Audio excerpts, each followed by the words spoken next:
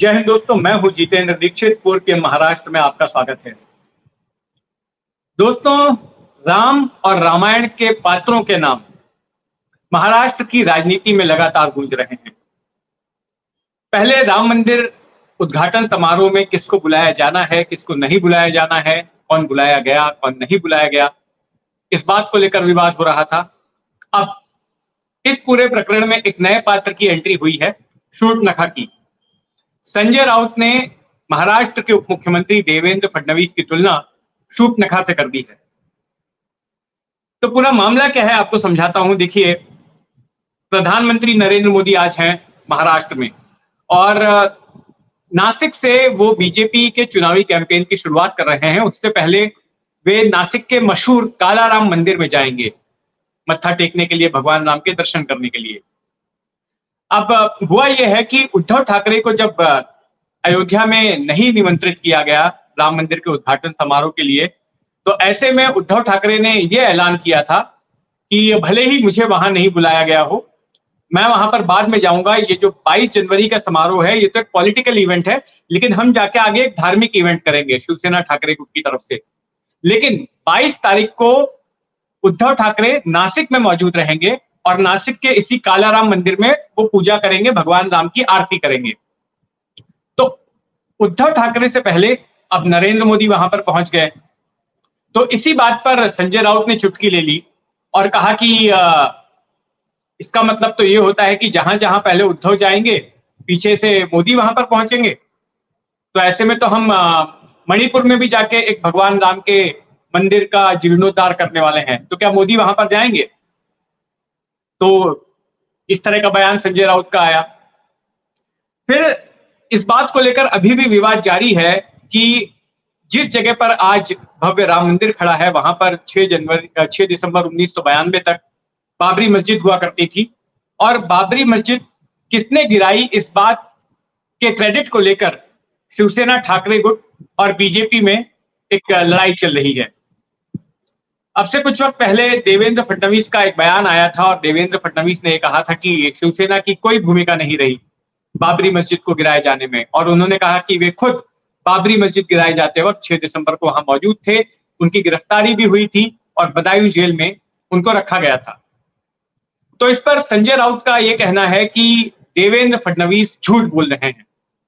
संजय राउत के मुताबिक बाबरी विध्वंस में शिवसेना की ही भूमिका थी, और इस बात का अगर देवेंद्र फडणवीस को सबूत जानना हो तो लिब्रहन आयोग की रिपोर्ट देख ले, या फिर इस मामले में मुकदमा चलाने के लिए जो सीबीआई की विशेष अदालत बनाई गई थी, उनके कागजातों को देख ले। उसमें बाला साहेब ठाकरे समेत, जो दिवंगत शिवसेना प्रमुख थे बाला साहेब ठाकरे, उनके समेत सैकड़ों शिवसैनिकों को आरोपी बनाया गया था, उनका जिक्र था। और बाला साहेब ठाकरे खुद मुकदमे की सुनवाई के दौरान एक बार लखनऊ गए थे, अदालत में पेश हुए थे, और संजय राउत का कहना है कि वो खुद 3 बार जा चुके हैं। लेकिन उन लिस्ट में देवेंद्र फडणवीस का नाम कहीं नहीं था। तो उल्टा राउत का कहना है कि देवेंद्र फडणवीस झूठ बोल रहे हैं।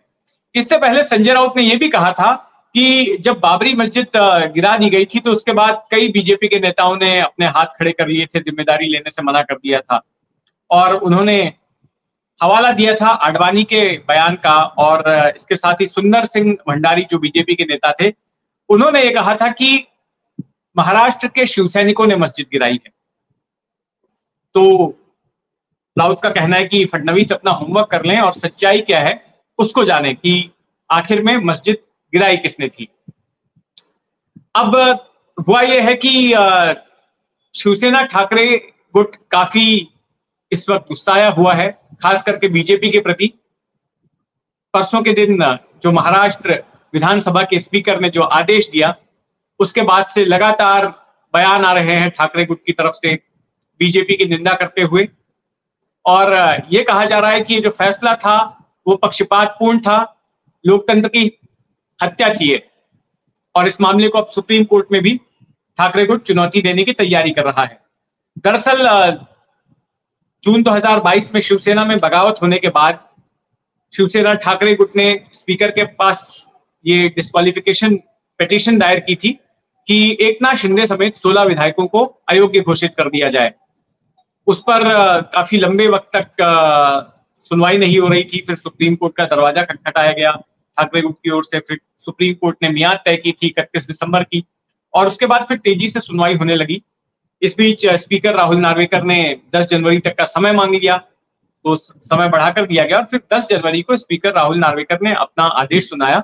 और अपने आदेश में उन्होंने ये कहा कि जो असली शिवसेना है वो एकनाथ शिंदे गुट की शिवसेना है, और जो अयोग्यता की मांग की गई ठाकरे गुट की तरफ से, उस अर्जी को खारिज कर दिया गया। तो ऐसे में ये बड़ा झटका लगा ठाकरे गुट को, क्योंकि ये कहा जा रहा था कि अगर विधानसभा की सदस्यता से अयोग्य घोषित हो जाएंगे एकनाथ शिंदे, तो ऐसे में उनकी मुख्यमंत्री की कुर्सी भी छीन सकती है। लेकिन ऐसा हुआ नहीं, और शिवसेना ठाकरे गुट का ये पहले से ही कहना था, उनको ऐसी पहले से ही आशंका थी कि कुछ इसी प्रकार का फैसला राहुल नार्वेकर सुना सकते हैं। एक दिन पहले उद्धव ठाकरे ने प्रेस कॉन्फ्रेंस भी ली और इस बात पर उन्होंने आपत्ति जताई कि फैसला सुनाए जाने से पहले जज आरोपी से कैसे मिल रहा है।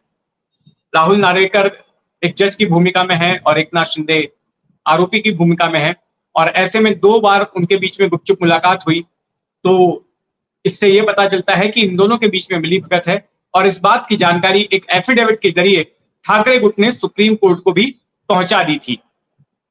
तो उसके बाद जैसा इनको डर था, फैसला उसी तरह का आया। अब इस बीच में बयानबाजी दोनों तरफ से हो रही है। देवेंद्र फडणवीस जो मुख्यमंत्री हैं, उन्होंने ठाकरे गुट के लोगों को ठाकरे के चेले चपाटे कहा, इस तरह के शब्दों का इस्तेमाल किया। तो उसके जवाब में ही संजय राउत ने देवेंद्र फडणवीस को कह दिया शूट न खा, और कहा कि आने वाले चुनाव में बीजेपी की नाक कटने वाली है, देवेंद्र फडणवीस की नाक कट जाएगी। तो इस तरह की बयानबाजी इस वक्त हो रही है, और इसमें दिलचस्प बात यह है कि रामायण के पात्रों के नामों का जिक्र हो रहा है। तो राम के नाम पर विवाद चल रहा था यहाँ पर, अब इसमें शूट नखा की भी एंट्री हो गई है। तो देखते हैं जैसे जैसे चुनाव नजदीक आएंगे, महाराष्ट्र में सियासी हलचल और ज्यादा बढ़ती जाएगी। तो ऐसी हलचलों पर हमारी नजर बनी रहेगी। आप भी अपनी नजर बनाए रखें 4 PM महाराष्ट्र पर, और अगर आपने अब तक इस चैनल को सब्सक्राइब नहीं किया है तो सब्सक्राइब कर लें। इस खबर पर आपकी क्या राय है, अपनी राय जरूर रखें, कमेंट बॉक्स में अपनी बात जरूर कहें, और बेल आइकन दबा दें ताकि जब भी कोई नया वीडियो पोस्ट होता है, जब भी कोई नई खबर डाली जाती है, तो उसकी जानकारी आपको मिलती रहे। इस वक्त महाराष्ट्र की सियासत में और भी 2 बड़े सस्पेंस हैं। एक तो कि एनसीपी किसकी है, इस बात का फैसला जल्द होने वाला है। शरद पवार गुट की है या अजीत पवार गुट की है, उस पर चुनाव आयोग फैसला सुनाने वाला है। और दूसरा कि 20 तारीख को मनोज जरंगे पाटिल जो है मुंबई कूच करने वाले हैं मराठा आरक्षण की मांग को लेकर, तब भी काफी हलचल होगी, और उस हलचल पर हमारी नजर बनी रहेगी। तो जुड़े रहे 4 PM महाराष्ट्र के साथ। जय हिंद।